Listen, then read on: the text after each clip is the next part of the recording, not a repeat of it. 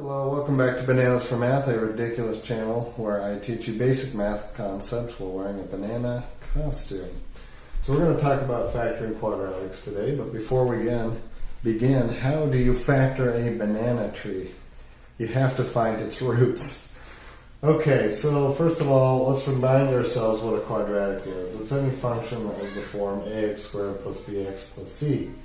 So what does it mean to factor? So most people are probably familiar with factoring the natural numbers into products of prime and prime powers. It just means to write an expression as the product of two other expressions. So like for our natural numbers, we could take 12 and we could write this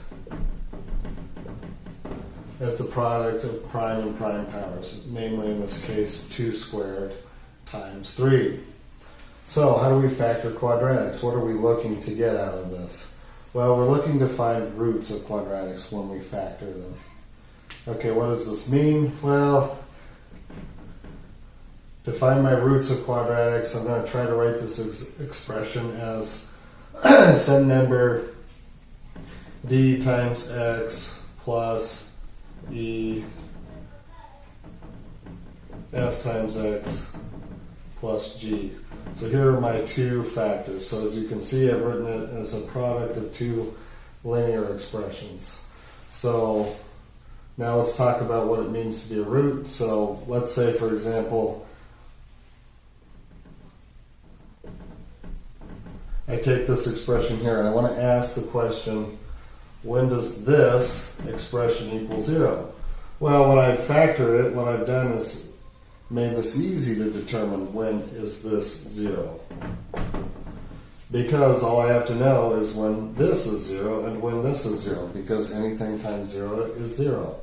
So for example, if I take this up here and I say that's a root of my equation, all I have to know is when this is 0. Okay, so a little simple algebra. So at the end of the day, one of my roots, one of the numbers that if I plug it in for x that will make this expression 0 is minus e over d. And so that's why factoring quadratics is useful.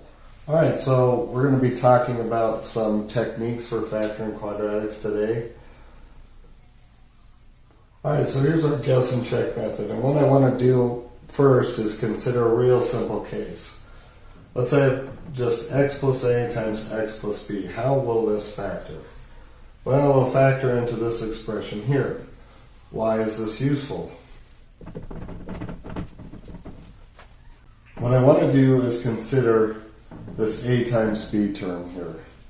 And really, a times b is combined into this constant term 6, but I don't know what a and b are. So if I have integer solutions, this better factor into some number a and b that will multiply together to give me 6. Okay, so what are some examples of factors of 6? Integer factors of 6. Well, you're going to have 1 times 6. Negative 1 times negative 6 will also give me a solution. I could have 2 and 3, and negative 2 and negative 3. All of those multiplied together will give me 6. Now, the next question I want to ask in this simple case is, when do these factors, these possible factors of 6, add up together to give me my cross term? So, does 1 plus 6 equal 5? No, that equals 7. So that doesn't solve our problem. Does negative 1 plus negative 6 work? No, that's negative 7. Does 2 plus 3 add up to give me 5? Yes, it does. So, I know what a and b are. They are 2 and 3. So all I have to do is rewrite this expression as x plus 2 times x plus 3. And if you FOIL that out, you'll see that you'll get back to this expression here. So using this basic guess and check technique for simple integer solutions helps us solve this problem. All right, so here's a couple more examples.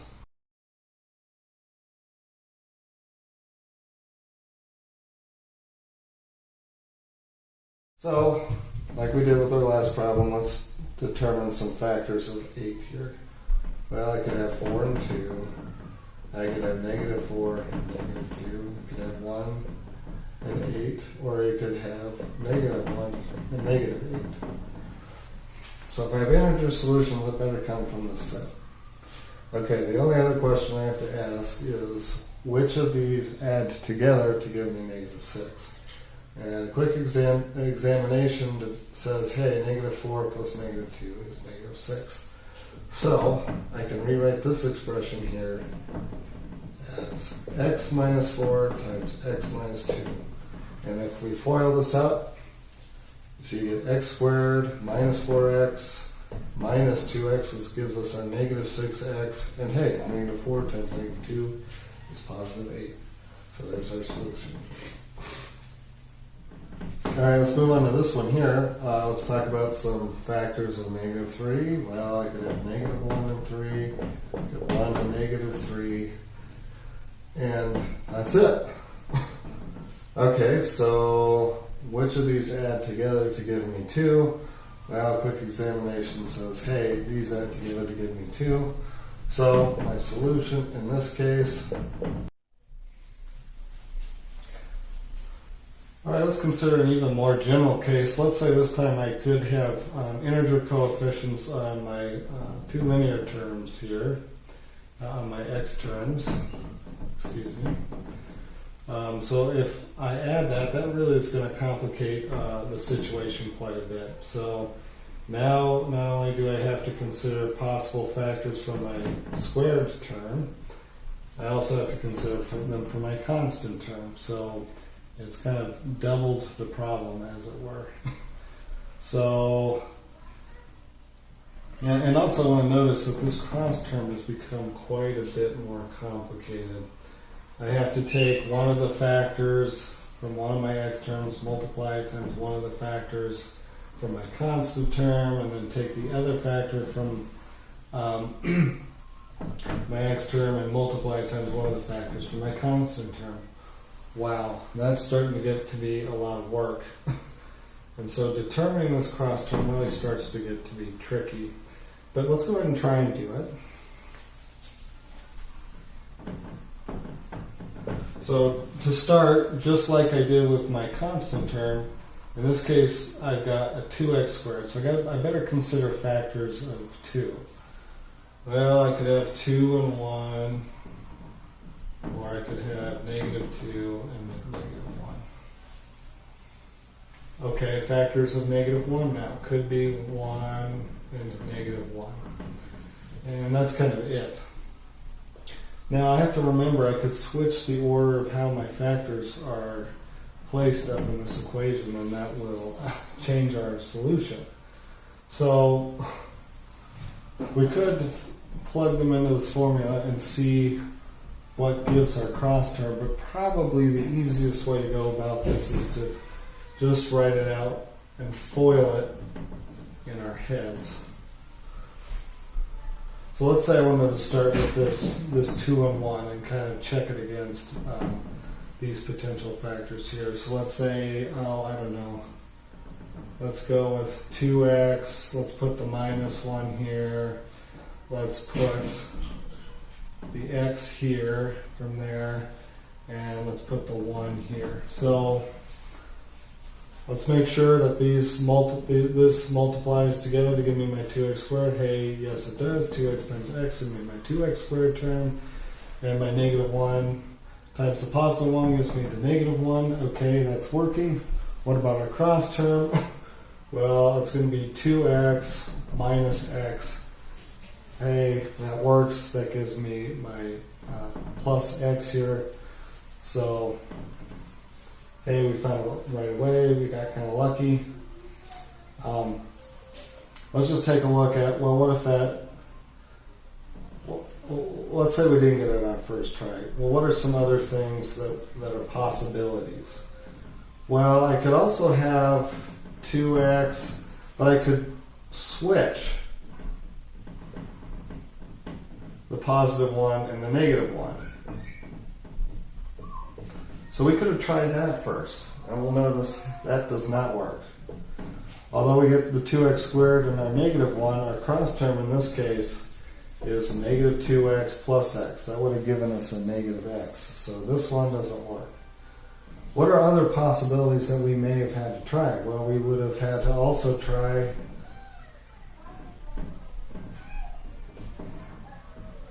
negative 2.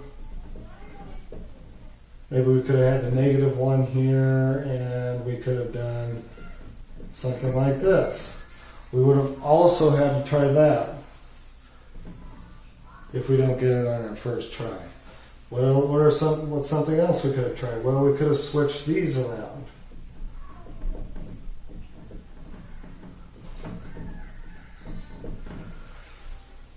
And my point that I want to demonstrate is here, okay, we had a low number of factors, but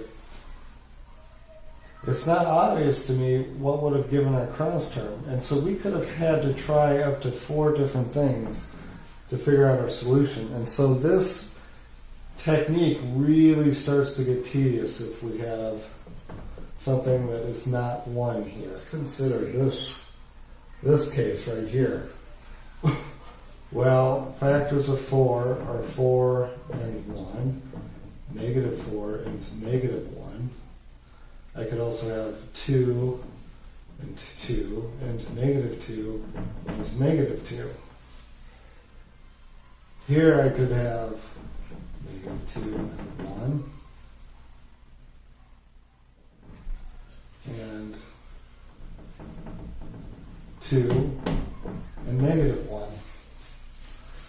Oh my goodness, this is starting to get to be a lot that we may end up having to try. Because like if I go here, I might have to try this combination of factors. I might have to try this combination of factors. I might have to try this combination of factors, etc., etc. Once we have this 4 and 2 here, this is already starting to get to be a lot of work to just guess and check. So we're going to clean up the board, and we're going to talk about the rational root theorem that will help simplify our problem so we don't have to think as hard about doing this kind of stuff. So here's our rational root theorem. Why does it help us? Well, it helps us generate the possible roots of our polynomial without going through all of the labor of checking all kinds of different things. It tells us right off the bat what possible rational roots are, and it's real simple. It is possible factors of the constant term divided by possible factors of our lead coefficient.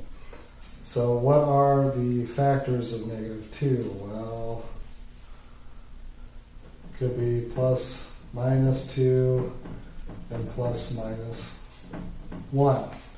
What are the factors of 4? Well, it could be plus minus 4, plus minus 2, and plus minus 1. So these are really the only possible rational roots that we want to consider.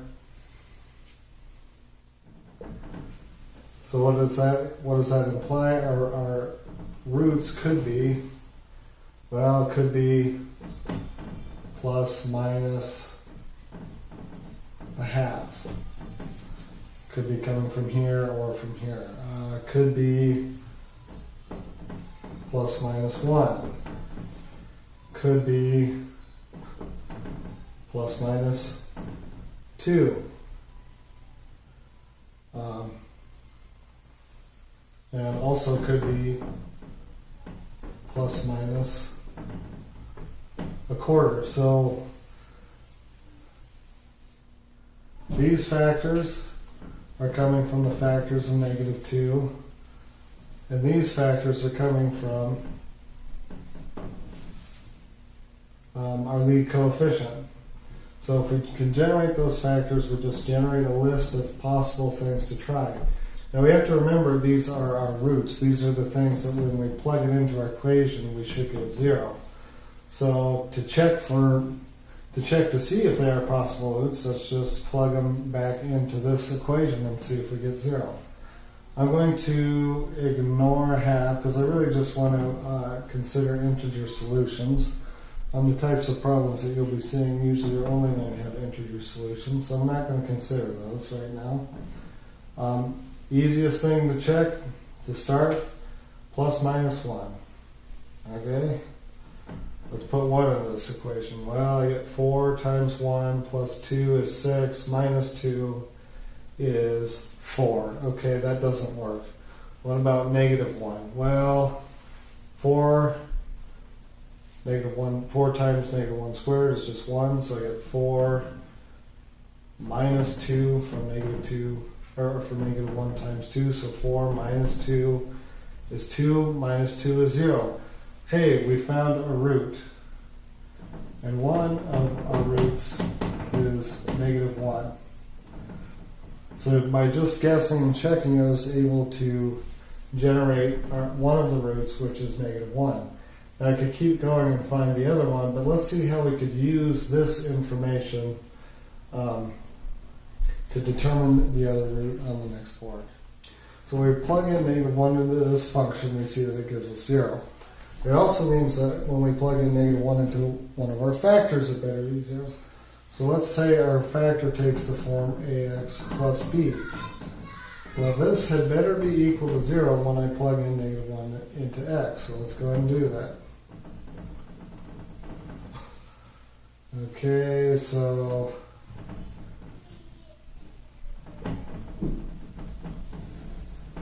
-a plus b better be equal to 0, so b equals a. So the best I can do is say that my factor had better take the form ax plus a. That's not as useful as I would like it to be. One thing we can do when using this method to simplify our problem is to factor the lead coefficient out of this quadratic. Okay, so let's go ahead and factor for each of these terms. If I do that,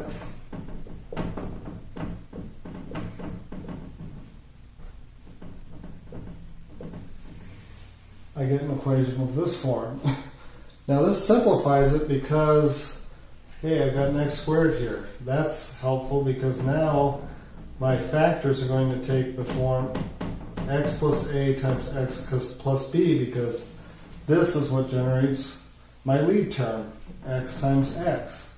So, and after I've factored this out,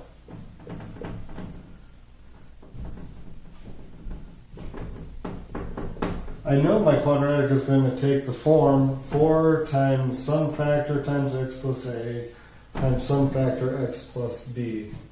And I also further know that when I plug in -1 into one of these factors, it better be 0. So let's just say that that is going to be when I have my factor x plus a. I know that's going to be 0 when I plug in -1 for x. So hey, a had better be equal to 1. That's helpful.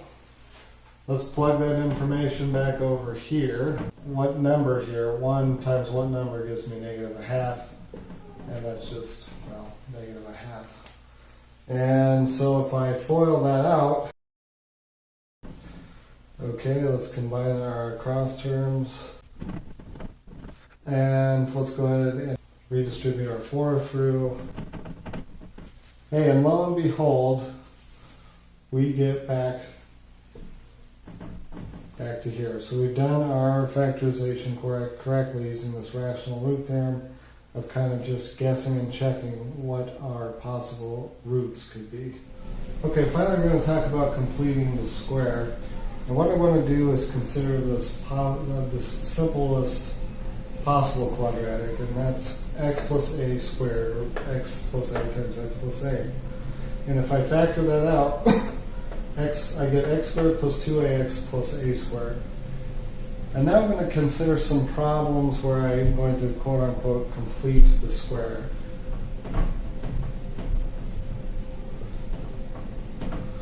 So I want to consider what should I add on here so I can get back to here. Well, okay, I'm going to equate these two things together, right? These are the coefficients of my x term. So in this setup, 6 is 2a, right? So, okay, let's go ahead and try to solve for a. So 6 equals 2a, so a better be equal to half of this term, right? Okay, so if I know what a is, I better add on a 3 squared. And that means I can go, hey, look, if I add on a 9, I can go backwards to x plus 3 and square it. And if I do that, I get that this function right here.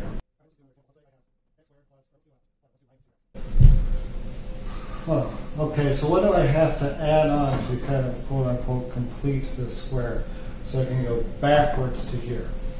Well, let's see, a had better be half of this term, right? Just doing the same kind of logic. 2a had better be equal to -2. A better be equal to half of that. So, okay, if a is half of that, I'm going to have to add on a -1 squared. Which means I can write this as, if I add on this -1 squared, I can write this as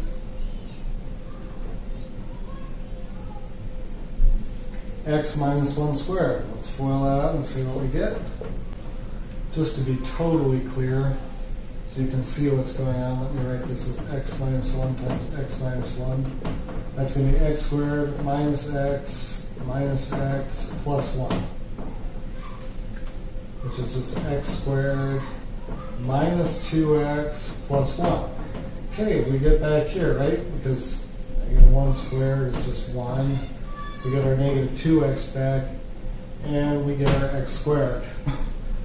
Okay, so this is all well and good, but not all functions are going to be of this form where I can just write it like this. Not all functions are of that form. Okay, but let's see how this can help us further on the next board. This is clearly not of this form, right? Half of 2 is 1, and I'm not adding on a 1 squared. What can I do? Well,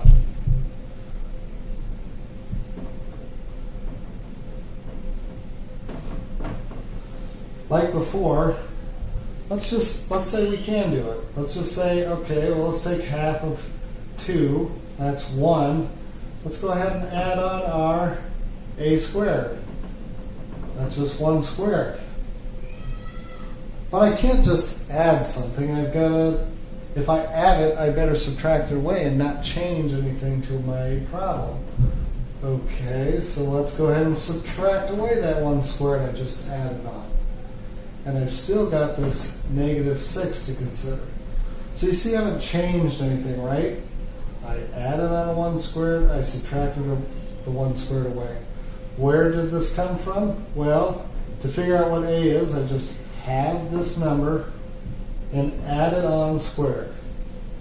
If I'm going to add something on squared, I better subtract it away. Now, let's group this together.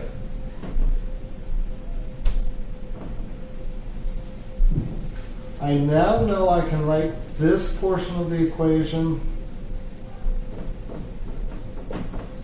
as x plus a quantity squared. What was a in this case? Well, it's half of this, right? Or just this number. Okay, well, that's just 1. Okay, let's look at the next part of this equation. 1 squared is just 1, so if I subtract -1, if I take -1 minus 6, I'm going to get a -7. Okay, so I can rewrite this particular equation in this form. Okay, so let's use the same method here so I can quote-unquote complete the square for this problem. Okay, so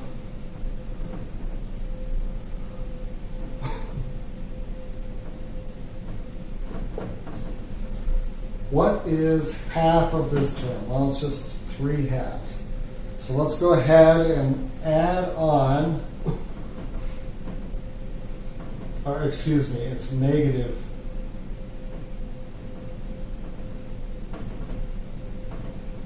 -3 squared. Okay, but I can't just add on this -3 squared. I better also subtract it away.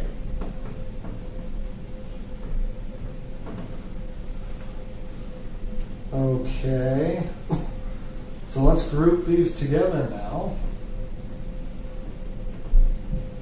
and see how we can simplify. Well, I can rewrite this. Now, coming here, I get, first let me square this. All right.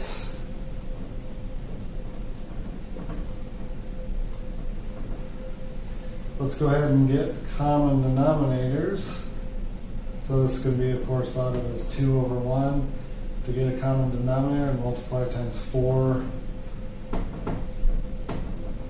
over 4, which is going to give me 8 over 4. Okay, so I've got -9/4 plus 8/4. That's going to give me -1/4. So I can rewrite this expression as this. And if you want to check your work, you can, of course, just FOIL this out and make sure you get back to this expression right here. So let's go ahead and try it. Let's make sure we did it correctly. Okay, so I get, if I do my FOIL, okay, so that's going to simplify like, okay, so we did it right. We wrote this expression like this.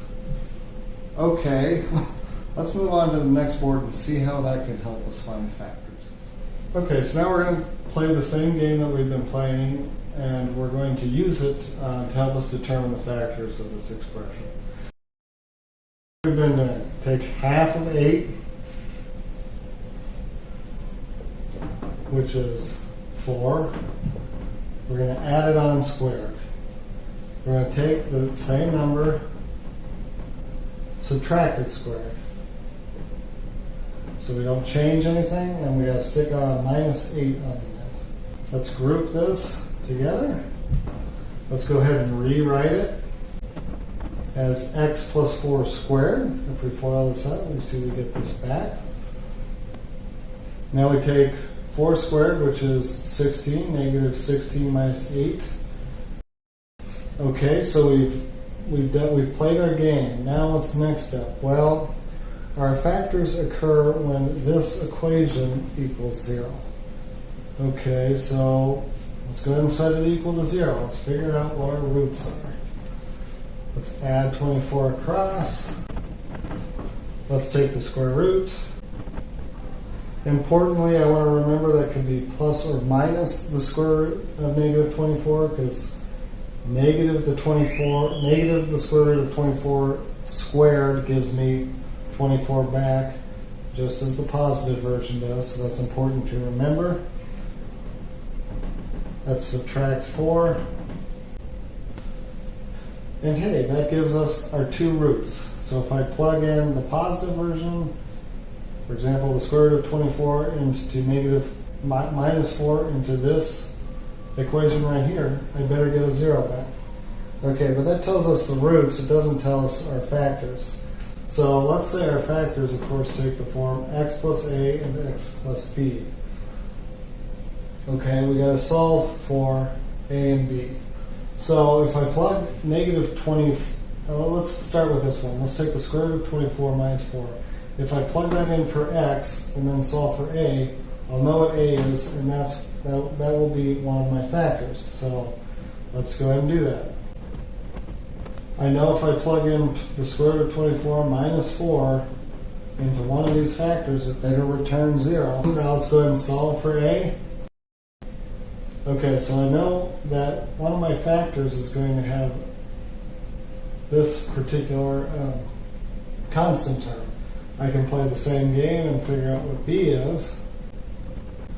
And hey, there's what b is. So now, taking that information, I know I can rewrite this expression as, and I've successfully factored this expression here. Easiest way to check, let's just FOIL this out and make sure we get back to here. Okay, so that's what I get when I do my first step of FOIL. Now let's go ahead and simplify.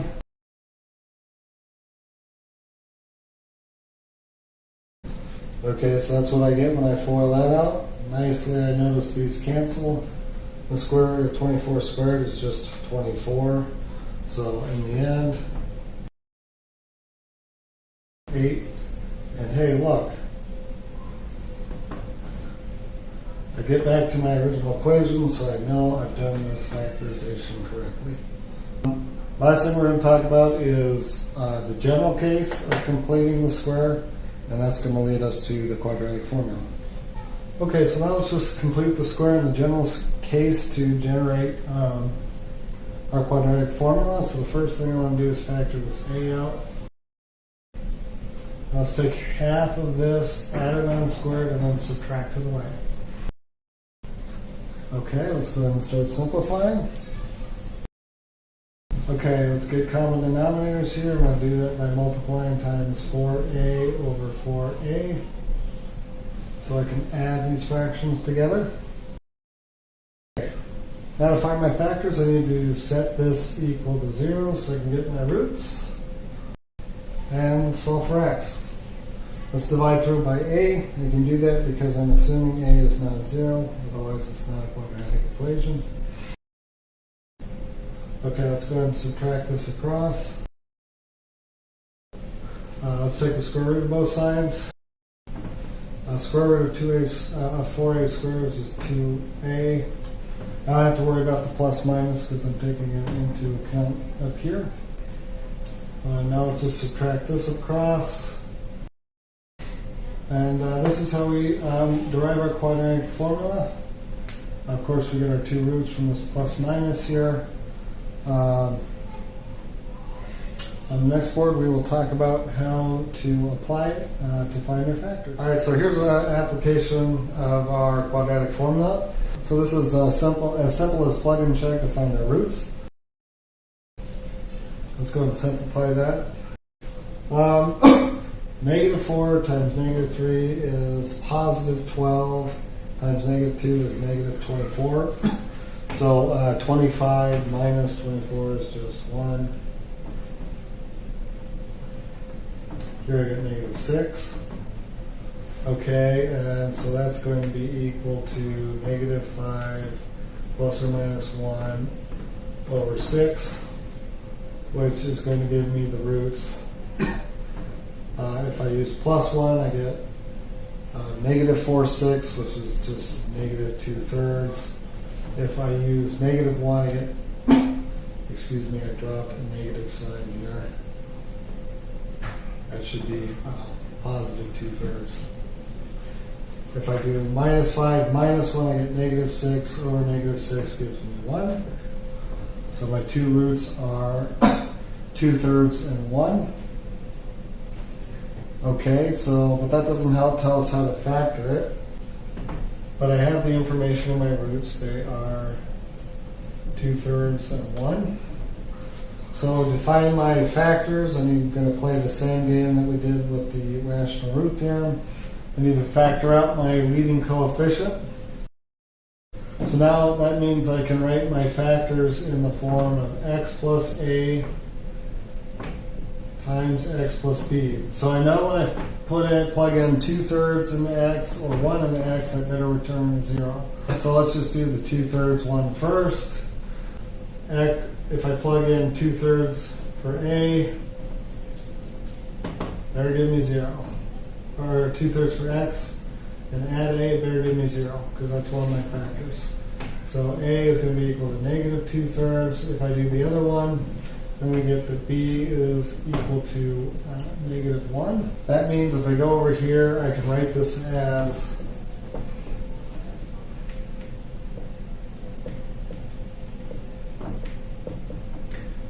x minus 2/3 times x minus 1, and then all of that multiplied times negative 3. Okay, so I've successfully factored. Let's go and FOIL and let's make sure we did that right. And distribute that 3 back through. And combining our cross terms. And hey, check that out. At the end of the day, we see we factored it correctly. This is the steps we need to take for finding our factors with the quadratic formula. We just want to remember, if we have a leading term, go ahead and factor it out, because otherwise we can't write our factors in this form, and that is going to complicate the problem. All right, we're going to leave a couple challenge problems on the board. Go ahead and give them a try with any method that you choose, and see if you can factor some quadratics.